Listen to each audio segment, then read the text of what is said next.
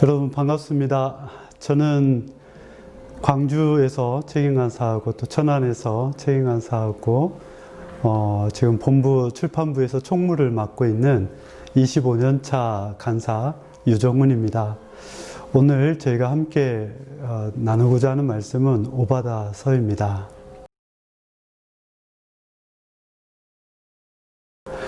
네, 오바다서는 구약 성경 중에서 제일 짧은 성경입니다. 한 장으로 되어 있고요. 또 절로는 21절로만 되어 있는 성경입니다. 오바다 선지자를 통해 가지고 주시는 말씀인데, 오바다 선지자 이름의 뜻은 여호와의 종이라는 뜻입니다.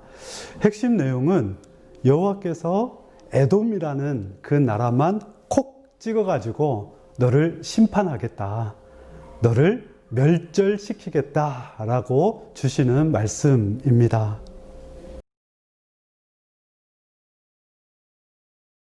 에돔은 이스라엘 백성, 특히 예루살렘이 침략당하였을 때 너무나 악랄하게 반응했기 때문에 그렇습니다.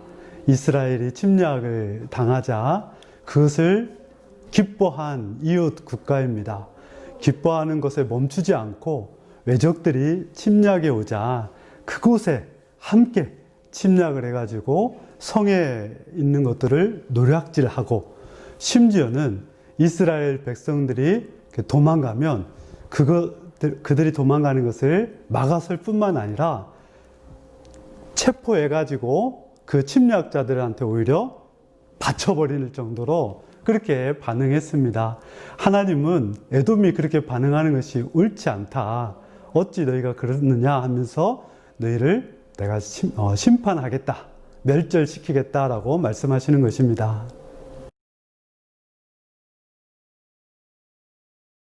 유독 이스라엘의 주변에는 많은 나라가 있는데, 또 많은 나라들이 이스라엘을 핍박하기도 했는데, 하나님은 왜 에돔에게만큼은 이렇게 가혹하게 반응을 하실까? 이것은 역사적인 배경을 좀 이해할 필요가 있습니다. 창세기를 공부한 분들은 다 알고 있는데요. 아브라함이 이삭을 낳고 이삭이 야곱을 낳습니다. 야곱을 낳을 때 쌍둥이가 사실은 태어났죠. 그의 형 에서와 야곱이 한날 한시에 이렇게 태어나게 됩니다.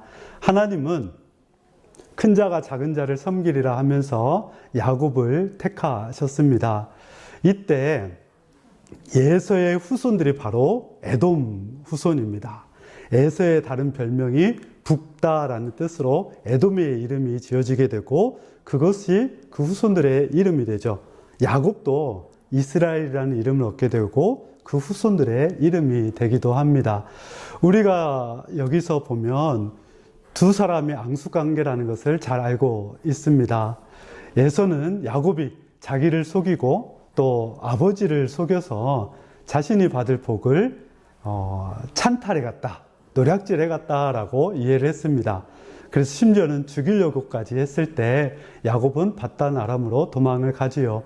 밧단 아람에서 이제 돌아올 때 형이 야곱을 죽이기 위해서 400명이나 거느리고 나오지만 하나님의 은혜 속에서 화해를 하게 됩니다. 야곱이 이제 헤브론 땅으로 올라가게 되자 이 에서는 사해 바다를 건너서 세일산에 거하게 됩니다. 그 뒤로 이제 서로 이렇게 시간이 흐르게 되는데, 야곱의 가족 70명이 이제 애굽으로 들어가게 되고 400년 만에 다시 돌아오게 됩니다. 이때까지도 여전히 이 이스라엘을 향한 에돔 족속의 감정이 굉장히 좋지 않았다라는 것을 알 수 있습니다. 이 기간에 에돔 족속은 그 세일산 절벽에 성을 짓고 안전하게, 그리고 사냥꾼의 후손답게 전쟁에도 능하고 또 아라비아로 향하는 무역로가 있었기 때문에 그곳을 장악함으로 인해서 경제적으로 많이 막강한 나라가 되었습니다. 이스라엘 백성들이 애굽에서 이렇게 나와서 이제 약속의 땅으로 들어갈 때 모세가 에돔의 왕에게 요청을 합니다. 여기서 또 모세가 뭐라고 하냐면 당신의 형제 이스라엘이 가나안 땅으로 들어가려고 하니 길을 좀 열어주십시오. 우리가 좌우로 치우치지 않고 대로로만 가서 피해를 전혀 주지 않고 대로로만 가서 가나안 땅에 들어가겠습니다 하면서 형제 나라라고 요청을 하게 됩니다. 그런데 에돔 왕은 민족 대 민족의 그 감정이 계속 쌓여 있었기 때문에 우리는 허락하지 않겠다 하면서 심지어는 전쟁을 하려고 군사를 이끌고 마중 나오게 됩니다. 그러자 모세와 이 출애굽한 백성들은 에돔 땅으로 가지 않고 삥 돌아서 이렇게 가나안 땅을 향해서 가게 되죠. 이때 이 길도 너무너무나 힘들어가지고 우리가 잘 아는 그 불뱀 사건이 이때 일어납니다. 이스라엘 백성들이 고달프고 힘드니까 하나님을 원망하자 하나님이 불뱀을 보내고 노뱀을 보는 자는 살아나리라 하는 사건이 이때 벌어집니다. 그것을 가까스로 수습을 하고 가네스 바데아에 이제 도착을 하게 되는 거죠. 이것만 보더라도 이스라엘과 에돔은 사실 형제 나라였던 것입니다. 오늘 그 성경 본문에도 10절에 보면 하나님이 이렇게 얘기합니다. 너가 너의 형제 야곱에게 행한 포악으로 말미암아라고 하는 거예요. 하나님도 에돔이 이스라엘의 형제 나라다라고 이렇게 여기고 있었던 것입니다. 에돔 또한 이스마엘처럼 하나님의 명령을 잘 따르고 또 하나님의 백성들을 존중하고 하나님의 뜻대로 행하였다면 에돔도 당연히 복을 누리는 나라가 되었을 것입니다. 그러나 그는 하나님을 대적하고 하나님의 백성을 대적했기 때문에 결국에는 이런 심판을 받게 되는 것입니다. 오바다서는 크게 두 대목으로 나눠져 있습니다. 작게는 1절부터 14절까지 그리고 뒤에 21절까지 이렇게 나눠져 있습니다. 그런데 전반부는 하나님께서 에돔을 심판하겠다, 진멸하겠다라는 내용이고 뒷부분에는 야곱이 다시 회복되리라라는 그런 내용이 기록되어 있습니다. 예루살렘이 침략받았던 이때는 약 846년쯤으로 보여집니다.